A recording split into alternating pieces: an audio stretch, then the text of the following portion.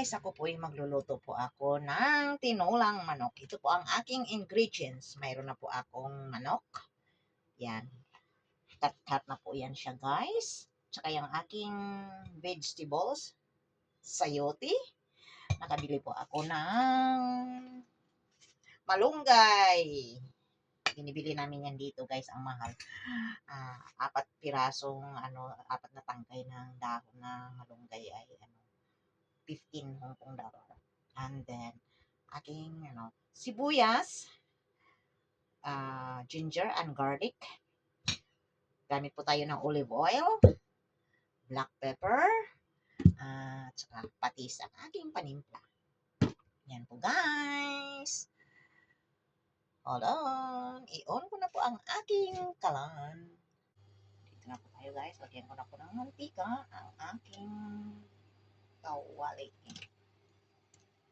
Konti lang guys. I-brown ko muna yung aking chicken. Pampaalis po ng amoy. I-brown ko muna siya ng konti guys. Bago ko po siya lagyan ng spices. Ganyan lang po siya guys. I-brown ko muna siya ng konti. Yan na po guys. Nag-brown na po siya ng konti. Ilagay ko na po yung ating spices. Sibuyas, garlic, at saka ginger. Yung pampalis po kasi ng guys, ng langsa ba? Kaya kailangan i-brown ko muna ng konti yung aking chicken. And then, lagyan ko na po siya ng black pepper. Black pepper. Ito po ang aking way ng aking pagluluto ng aking chicken tinola. Black pepper. At saka patis.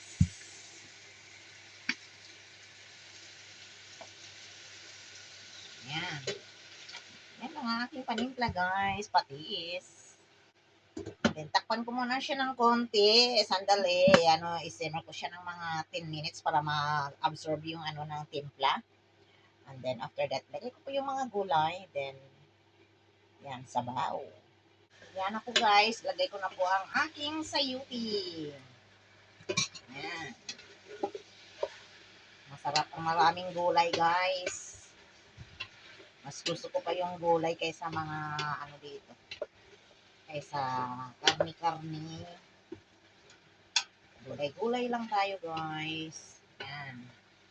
I-ano ko muna yan siya. I-simmer ko rin siya guys. In a low fire. Para makaano yung niya.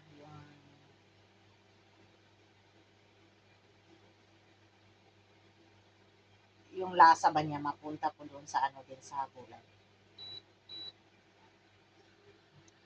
Yan guys. Kumukulo na po ang ating tinola. I-ano ko muna siya guys. Para maano yung lasa niya guys. Masarap kasi kung nakaano yung lasa. Yan na guys. Ito na ang ating chicken tinola. Nilagyan ko na po siya ng malunggay. Ready na guys. Ready to eat na. Yummy. Yummy. Okay. Have a nice day everyone.